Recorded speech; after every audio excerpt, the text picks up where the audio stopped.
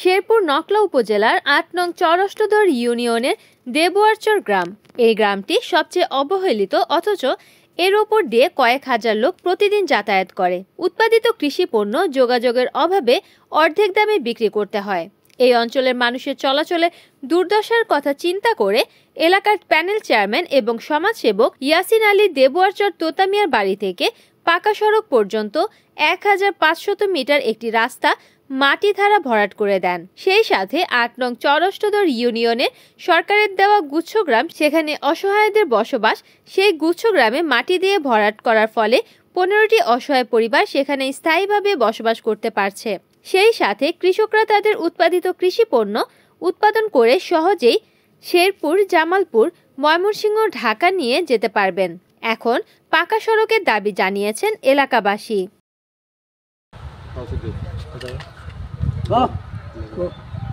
এখন রাস্তাটা আমাকে ওই যে এরকম স্বাভাবিকভাবে রাস্তাটা চেয়ারম্যান মেম্বাররা করে দিছে, এখন আমাকে চলাফেরা খুব কঠিন হয়ে যেতেছে। রাস্তাটা আমাকে পাকা করার দরকার। এটা নকলা থানা, নকলা শেষ বর্ডার, চর এলাকা। এটা বর্ষার সিজন আমাদের খুব কষ্ট হয়, পানির সিজন ৬ মাসই কষ্ট করতে হয়। মেঘ বৃষ্টি এক কাদার মাঝে হাঁটতে হয়। তারপরে এবার দুলাল মেম্বার সাহেব একটা রাস্তা করে দিয়েছে ভালো ফেলাইয়া। চর এলাকা তা এখানে অনেক কিছু কৃষি উৎপাদন হয়, যেমন ধান, ভুট্টা, তারপরে হইতেছে করলা, শসা, তারপর হইতেছে অনেক কিছুই আপনারা এখানে উৎপাদন হয়, শাক সবজি।